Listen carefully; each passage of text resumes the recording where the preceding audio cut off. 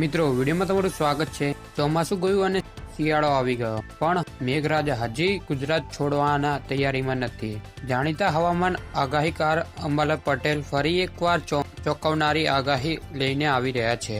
તેમના કહેવા મુજબ બંગાળના ઉપસાગર અને અરબી સમુદ્ર બંને વરસાદી સિસ્ટમનો એક સાથે સક્રિય થવા જઈ રહી છે અને આ બંને સક્રિય અસરથી ગુજરાતમાં ફરી ધમપટાડી વરસાદ બોલાવી શકે છે। તારીખ ધ્યાનમાં રાખજો, 4 નવેમ્બર સુધી રાજ્યમાં વાતાવરણમાં મોટો ફેરફાર આવશે। શિયાળામાં પણ ચોમાસા જેવો માહોલ બની જશે। ખેડૂતો માટે આ ચેતવણી સમાન છે, કારણ કે અચાનક પડતો વરસાદ પાક અને અસર કરે છે।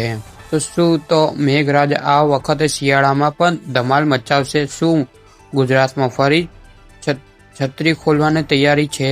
તમારું શું કહેવું છે તમે કોમેન્ટમાં બતાવો। આજના વિડીયોમાં બસ આટલું। તમને વિડીયો ગમે તો લાઈક સબસ્ક્રાઈબ કરી દેજો।